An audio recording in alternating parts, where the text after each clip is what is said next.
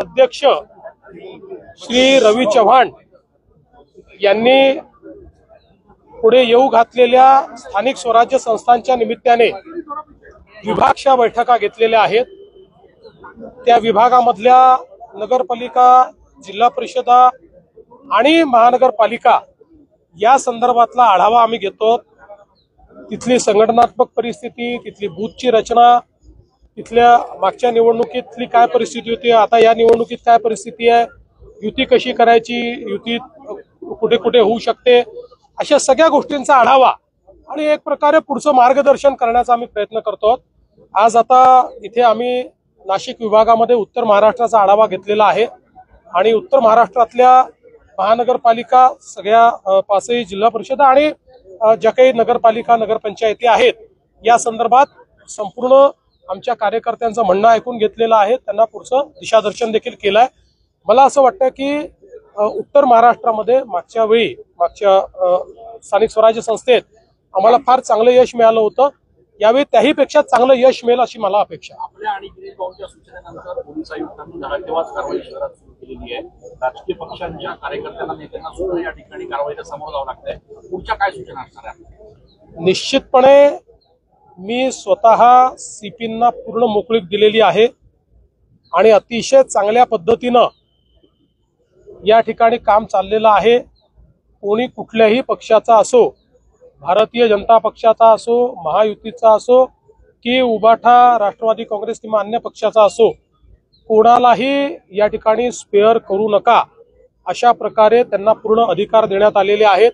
त्यामुळे मला असं वाटतं की ही जी काही गुन्हेगारी आहे आणि विशेषतः गुन्हेगारी करत असताना काही लोक त्याला जो राजाश्रय देण्याचा प्रयत्न करतात, वेगवेगळ्या पक्षात त्या ठिकाणी राजश्रय देण्याचा प्रयत्न करतात, तर अशा सगळ्या गोष्टींना मोडून काढायचा आम्ही या ठिकाणी निर्णय घेतलेला आहे। आणि सगळ्यात महत्त्वाचं आहे की कोणाचा काही पास्ट असो, पण आता जर कोणी गुन्हेगारीमध्ये जात असेल किंवा गुन्हेगारीत आढळेल तर त्याला आम्ही सोडणार नाही।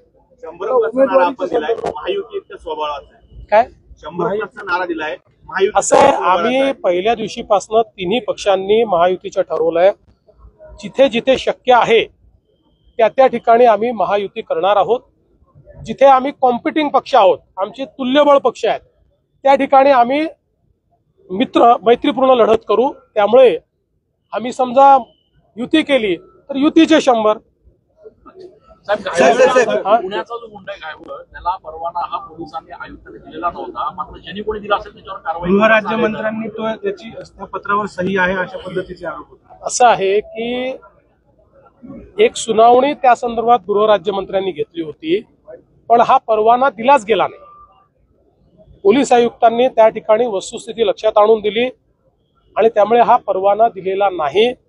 परवाना दिला असता तर कदाचित मला असं वाटतं की अशा प्रकारचा आरोप हा योग्य होता, परंतु परवाना दिला गेलेला नाही। साहेब, कॉल सेंटरवर कारवाई केली आहे सीबीआयच्या माध्यमातून आणि त्यांनी अहवाल गृह विभागाला दिला अशी माहिती आहे। त्यामध्ये काही आयपीएस अधिकारी अद्याप कुठलाही अहवाल सीबीआय कडनं राज्य सरकारकडे आलेला नाही।